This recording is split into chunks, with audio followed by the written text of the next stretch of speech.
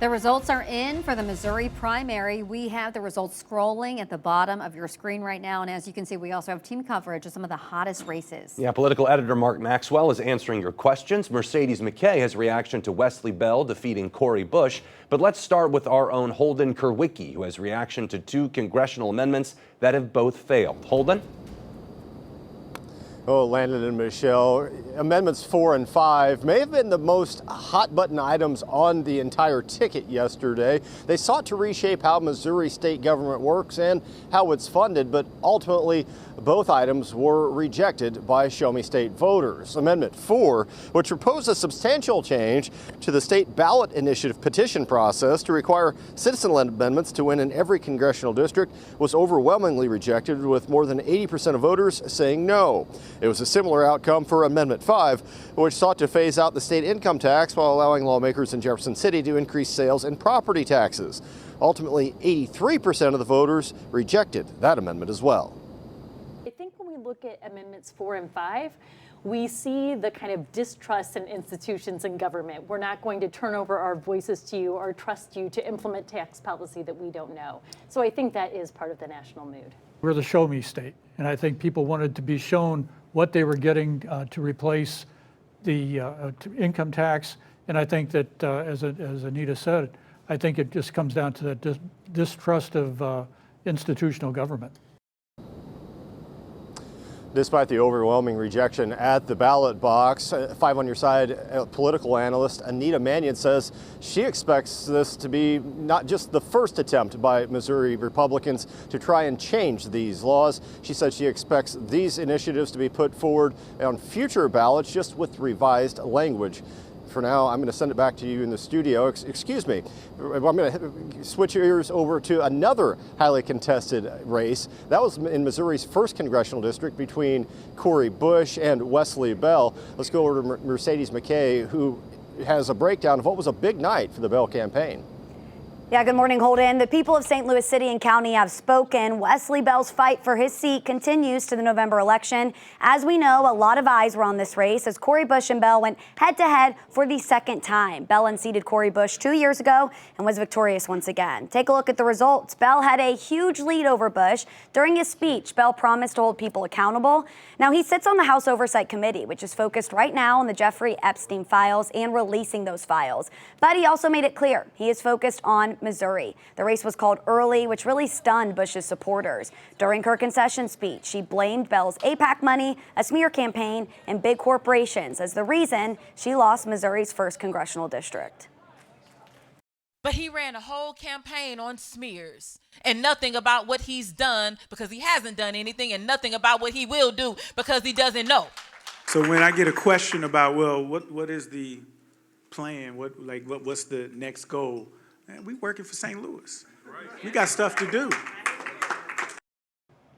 Now, because this district is heavily Democratic, there is, of course, a very good chance that Bell will win the seat altogether come November. As for if Bush will run again, her team told us she is not afraid of anything, and that decision is ultimately up to her. There was something that Bell and Bush had in common during their speeches. I'll touch on that at 6:50. Michelle. All right, thanks so much, Mercedes. So this morning, the Missouri primary results are in, and November's general election starting to take shape. Of course, we have our political editor, Mark Maxwell, here to break down the big races. And let's start with this race between Wesley Bell and Cori Bush. How did Bush actually lose this race? And how did Bell run the score up Yes. is the other question, right? If we wind back the clock 2 years ago, we see it was just about 6,000, 7,000 votes that separated them.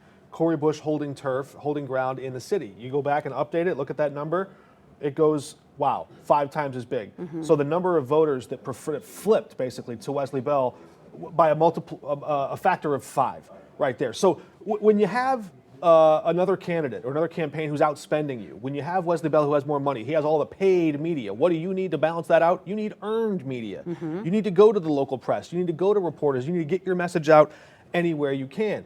And we know that there are some progressive Democrats around the country who wanted to see Cori Bush win, and they're asking, how did this happen? How did Cori Bush lose? Well, she didn't like some of the media coverage, so she shied away from some of the interviews. We heard that in her speech last night. I think we have a soundbite for you. We call some of these folks great. journalists. And they're great in other areas, but when it comes to black progressive women, they are not great.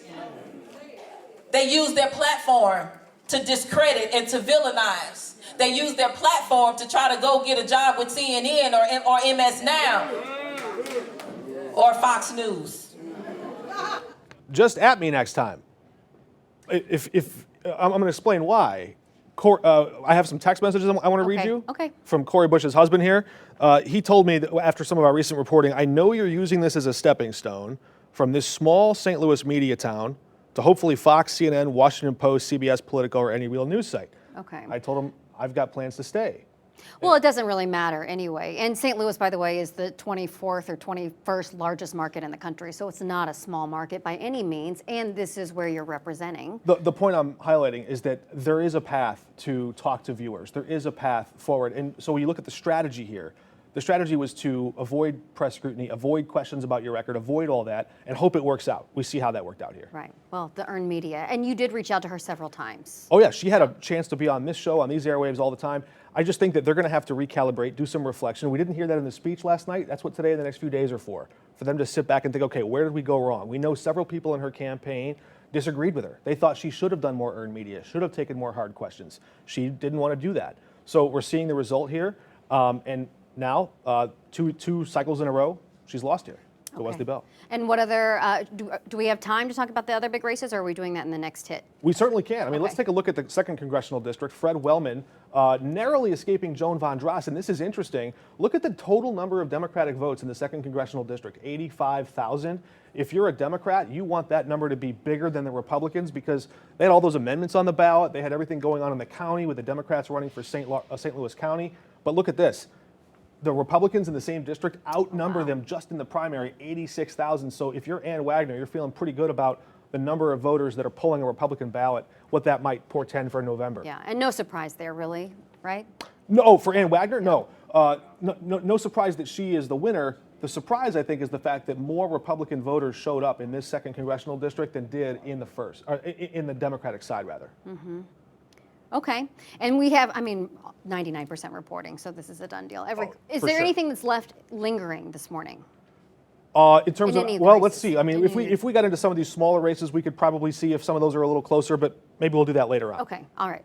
Yeah. Thanks so much. Landon, back to you. All right, thank you very much, Michelle and Mark. We've got a package here from our own Robert Townsend. Jake Zimmerman will face Dennis Hancock in the race for St. Louis County Executive. Robert has the story and reaction from the Jake Zimmerman watch party. 5 on your side, follow the big St. Louis County executive race all day and night, and in the end, Jake Zimmerman came out on top.